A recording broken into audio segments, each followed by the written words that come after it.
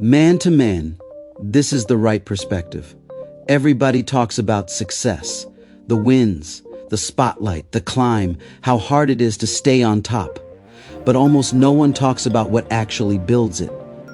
Failure, not the motivational kind, the uncomfortable kind, the survival kind, the motel room kind. Like many kids, I felt pressure early, a firm set of religious beliefs, a structure that didn't bend, and real instability underneath it all. There were standards, expectations, rules. But life doesn't always respect structure. I remember a season when I had nowhere to go, no money, no job, no safety net. My mother had married, and her husband made it clear. Another mouth to feed was not his responsibility, so I was out. Not because I was reckless, not because I was in trouble, but because life shifted. A friend of mine, Russell, same age as me, quietly let me work the night shift in his place. Didn't even tell the owners. He just gave me a chance to survive. And at the end of those shifts, I lived in the motel, quietly and out of sight. That motel became a decision point. Worn carpet, noise through the walls, ladies of the night, people moving in and out at all hours. A tension in the air you could feel in your chest. A small coffee table in a room that felt heavier than it looked. That night I prayed, not polished, not performative. God, help me. I need your help. If you can hear me, I need your help. And what became clear was this: help was not coming as rescue. It was coming as responsibility. And alongside that responsibility rose something else, a determined belief in myself, without excuses. Failure does something powerful. It strips away illusion. It shows you where you really are, not where you pretend to be. In that room, I understood something most people don't learn until much later. Success is not the opposite of failure. It is built on top of it. I had a choice. I could let instability define me, or I could build structure inside myself. So I made a decision. I wrote down everything I refused to become. Not a wish list, not fantasy goals. A list of hard truths in my heart, non-negotiable standards. Things like, I will never do anything that puts me in jail. I will not allow myself to become a drug addict. I will not follow the crowd. I will lead with faith and confidence. I will treat people with respect no matter my circumstances. I will always pray. Those weren't dreams. They were boundaries. Every man has different deal breakers, different lines he refuses to cross, and his own cross to bear. Every man must write his own confession, his own code. But once you define it, it cannot be optional. That list became my floor, not my ceiling, my floor. No repeating cycles, no blaming my environment, no becoming a product of pressure. On that piece of paper, sitting next to that motel coffee table, I wrote,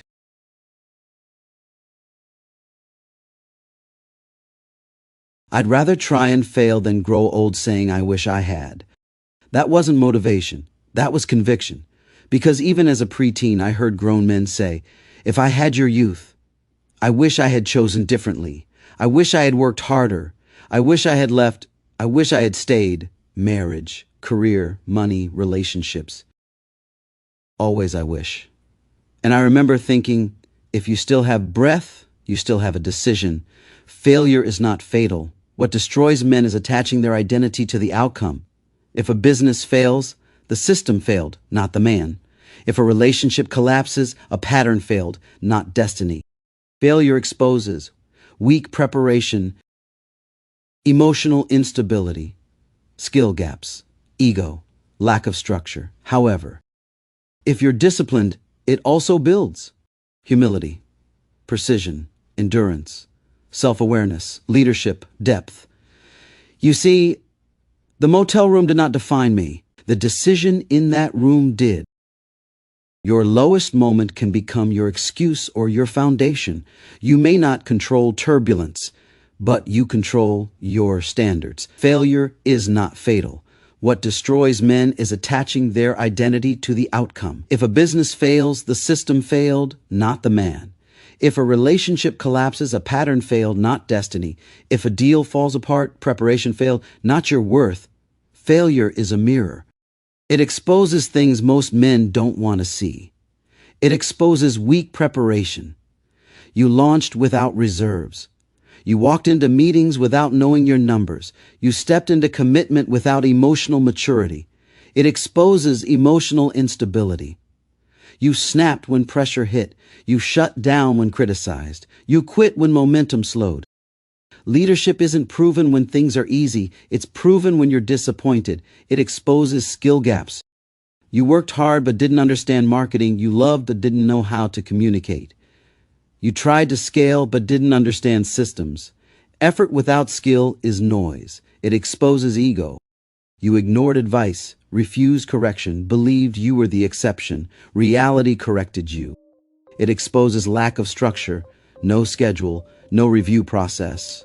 Separate your identity from your losses. Study what broke. Tighten the system. Increase skill, control emotion, stay longer than others quit. Most men don't fail because they lack talent. They fail because they quit early or refuse to adjust. If you handle failure correctly, it builds something powerful. It builds humility. You listen more. You seek counsel. You become teachable. It builds precision. You measure instead of guessing. You prepare instead of hoping. It builds endurance. Once you survive a setback, you realize you're stronger than the moment. It builds self-awareness. You see your patterns clearly and correct them. And it builds leadership depth. You lead calmer, wiser, less reactive, more grounded. That motel room didn't define me. The decision in that room did. On that coffee table I wrote, "I'd rather try and fail than grow old saying, 'I wish I had.'" Your lowest moment can become your excuse or your foundation. You may not control turbulence, but you control your standards. If you're still breathing, you are still responsible. Let failure refine you instead of harden you. Success isn't about avoiding turbulence. It's about becoming the kind of man who can walk through it and come out sharper. That's the difference between drifting and leading. Man to man. That's the right perspective.